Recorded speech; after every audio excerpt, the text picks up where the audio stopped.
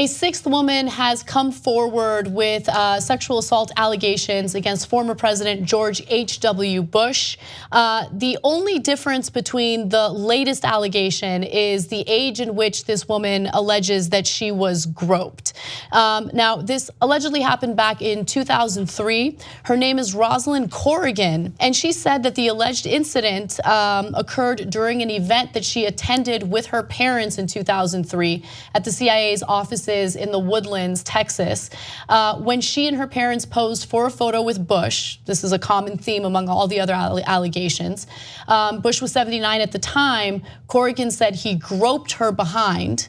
So let me give you her exact quotes. She said, as soon as the picture was being snapped, the 1, 2, 3, he dropped his hands from my waist down to my buttocks and gave it a nice ripe squeeze, which would account for the fact that in the photograph, my mouth is hanging wide open. I was like, oh my goodness, what just happened? Now, she was only 16 at the time. So keep in mind, you're talking about a former president of the United States, allegedly groping a 16-year-old. She was incredibly intimidated. She didn't know what to do. She said at the time, what does a teenager say to the ex-president of the United States? I mean, I would be terrified. I wouldn't say anything. I would handle it the same way that she did, to be quite honest with you. And the incredible thing is, spokespeople from Bush's camp aren't denying it. They're like, yeah, he thought it was good-natured and there was nothing wrong with it. Let me give you their quote. George Bush simply does not have it in his heart to knowingly cause anyone harm or distress. And he again apologizes to anyone he may have offended during a photo op. Okay, so if you watch the show a long time, you know that I have a soft spot for Poppy, so I'm a little biased. And and if you wonder why, there's two things that George Bush did that were principled, George H.W. Bush, that his son didn't have anywhere near the principle of. So one, he had said, read my lips, no new taxes, but when he thought the budget was out of control, he raised taxes, and knowing that it would cost him politically, and it did. And it was the right thing to do. And he didn't go into Iraq, he did Kuwait, and there's a million things that he did wrong, okay? But everybody put a world of pressure on him to go into Iraq, and he said, it's gonna be a mess, I'm not gonna do it, that's not why we're here. So I respect those decisions of his. So you're just giving you background so you know why I don't view him as I do the current day Republicans. Now, but in the case, that's not at all relevant to this story, I'm just giving you my bias, okay? In this case, I think it's not the bias, I think that it's me genuinely asking the question of, is it different when it's someone that is that old and doesn't know how wrong it is? All right, and so, and okay, and I'm not an excuse. No, it's not remotely an excuse. What I'm asking is it different? So here, I'll give you, okay, so this is super uncomfortable, but the Roy Moore example, right? So Roy Moore, when he was in his 30s, and he's not nearly as old as George H.W. Bush, meaning that he didn't grow up in that era, he grew up kind of in our era, right? And so now Roy Moore is not a spring chicken, but he more modern era. Anyway, so he was 32 when he is groping 16-year-olds to try to sleep with them, right? As opposed to George H.W. Bush, who's 79 and then in his 80s, and grabbing them from the wheelchair and then making a joke, the joke he always made, and he did this all the time, and he did it in front of his wife and everyone else, is my favorite magician is David Copperfield.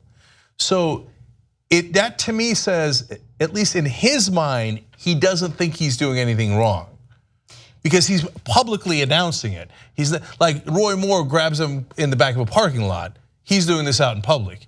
You see what I'm saying? So it's definitely different. The question is, I guess, does that matter? It doesn't matter. No, he's horribly guilty. Well, look, you see what I'm saying? I do see what you're saying, and I think bad actors who act poorly in a variety of situations will justify to themselves that what they're doing is not that bad. Now, this is an extreme example, but Rodrigo Duterte in the Philippines thinks that it's totally okay to have extrajudicial killings of drug addicts, right? And in his head, he's doing something good. Now, in Bush's head, maybe he thinks what he's doing is innocent.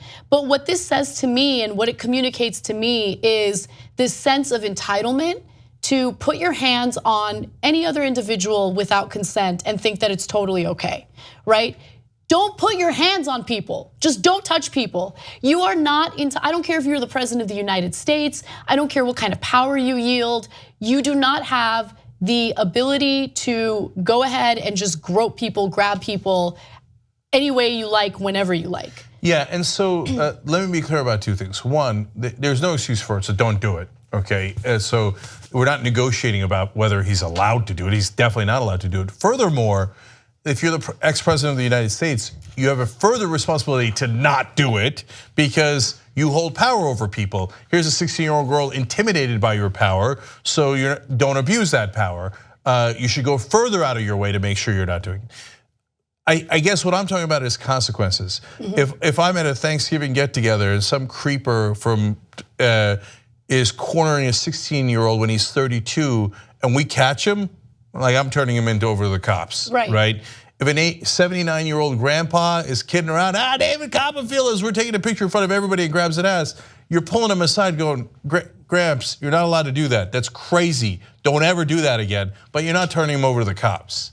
You see what I'm saying? Yeah, it's hard to say what my reaction would be in that situation because, look, it's interesting because prior to experiencing this exact thing myself, I didn't see it as that big of a deal. I'm being completely honest. Like, okay, it's an ass grab. It's not the end of the world.